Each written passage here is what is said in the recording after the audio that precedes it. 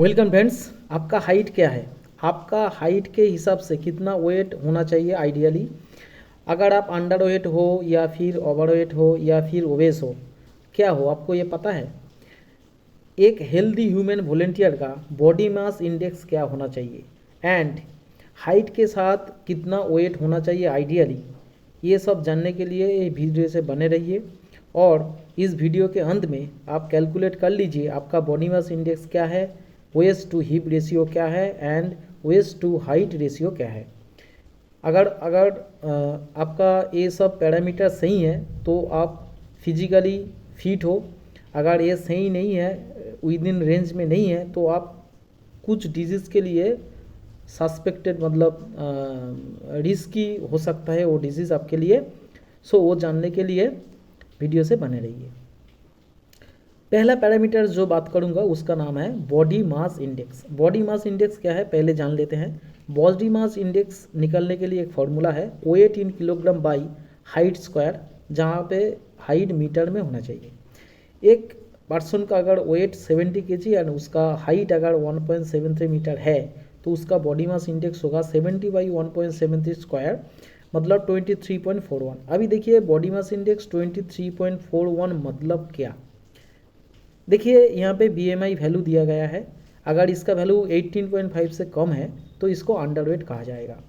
अगर BMI value 18.5 से 24.9 हुआ तो वो एक हेल्दी वेट रेंज में आएगा।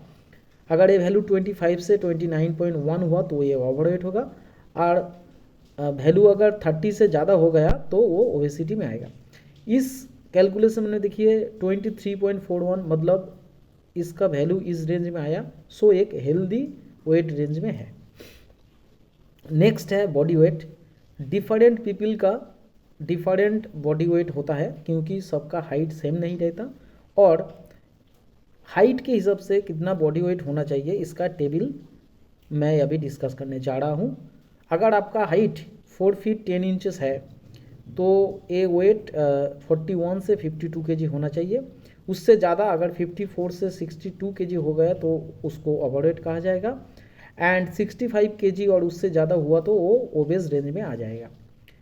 अगर आपका हाइट 4 फीट 11 इंचेस है तो आपका वेट आइडियली 43 से 54 केजी होना चाहिए।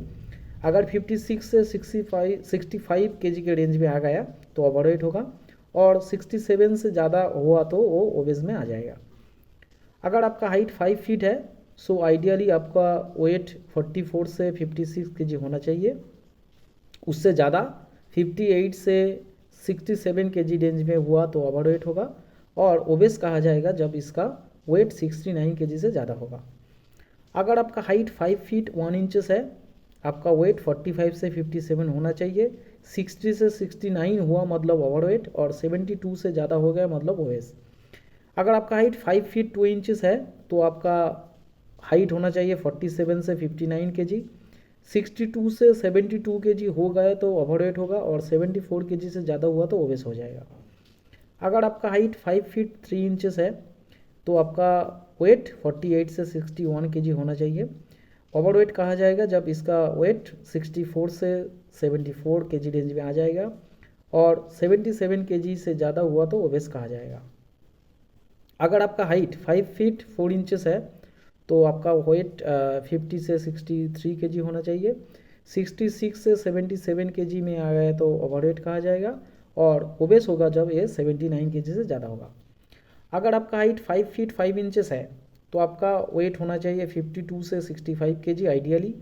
68 से 79 केजी हुआ तो ओवरवेट होगा, और ओबेस कहा जाएगा जब ये 82 से ज़्यादा हो जाएगा। अगर आपका हाइट 5 फीट 6 इंचेस है सो इसका वेट 53 से 67 केजी होना चाहिए। 70 से 81 केजी हुआ तो ओवरवेट हो जाएगा, और ओबेस कहा जाएगा जब इसका वेट 84 केजी से ज़्यादा हो गया। अगर आपका हाइट 5 फीट 7 इंचेस है तो आपका वेट 55 से 69 केजी होना चाहिए। 72 से 84 केजी हुआ तो उसको ओवरवेट कहा जाएगा, और जब वेट 87 केजी से ज़्यादा होता है इस हाइट के हिसाब से तो उसको ओबेस कहा जाता है। अगर आपका हाइट 5 फीट 8 इंचेस है सो आइडियली 57 से 72 केजी होना चाहिए, और 74 से ज़्यादा हो गया और 86 से कम हुआ, इस रेंज में ओवरवेट कहा जाएगा, और 89 से ज़्यादा हुआ तो ओबेस कहा जाएगा। अगर आपका हाइट 5 फीट 9 इंचेस है तो आपका वेट 58 से 73 केजी होना चाहिए। अगर आपका वेट 77 से 89 केजी में आया तो ओवरवेट, और 92 से ज़्यादा हो गया तो ओबेस कहा जाएगा।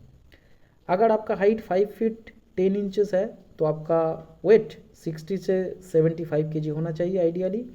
79 से 92 हुआ मतलब ओवरवेट, और 95 केजी से ज़्यादा हुआ मतलब ओबेस। अगर आपका हाइट 5 फीट 11 इंचेस है तो आइडियली आपका वेट 62 से 78 केजी होना चाहिए, और 98 से ज़्यादा हुआ तो ओबेस कहा जाएगा। ऐसे करके आप टेबल देख लीजिए।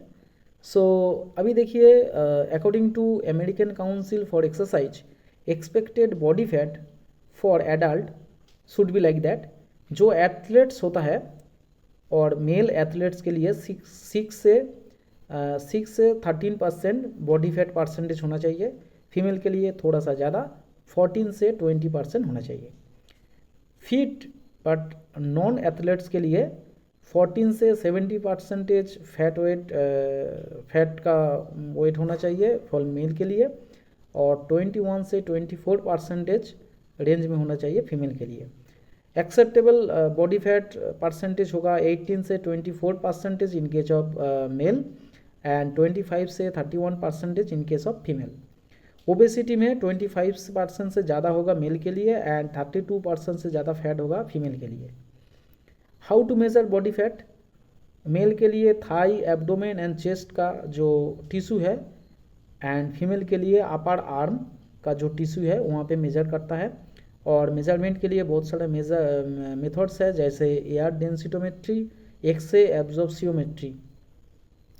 अगर आपका ओबेसिटी है तो बहुत सारा डिजीज़ के लिए आप हाई रिस्क हो, जैसे diabetes, heart disease, high blood pressure and stroke. So और भी पैरामीटर्स जैसे वेस्ट टू हाइट रेशियो, ये क्या होता है? Just divide waist size by height. So ये वैल्यू अगर 0.5 से कम है तो आप कंसिडर्ड मॉडरेट, एंड अगर 0.52 से ज़्यादा हुआ तो आप बहुत सारा डिजीज़ आपको हो सकता है, एंड आप मतलब फिजिकली उतना फिट नहीं हो। इसलिए और भी एक पैरामीटर्स है वेस्ट टू हिप रेशियो।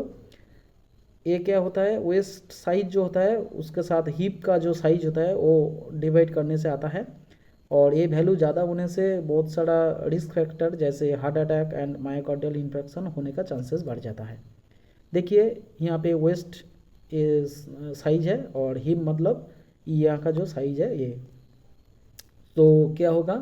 ये वेस्ट का जो साइज होगा उसके डिवाइड बाय ये हिप जो साइज होगा, सो उसका वो कहते हैं वेस्ट टू हाइट रेशियो। ये वैल्यू जितना कम होगा उतना अच्छा है, ठीक है। So conclusion, not only weight but along with other parameters like BMI, WHR, WTHR, मतलब waist to hip ratio and waist to height ratio and body fat percentage, ये सब मिलजुल के आपको डिसीजन लेना है।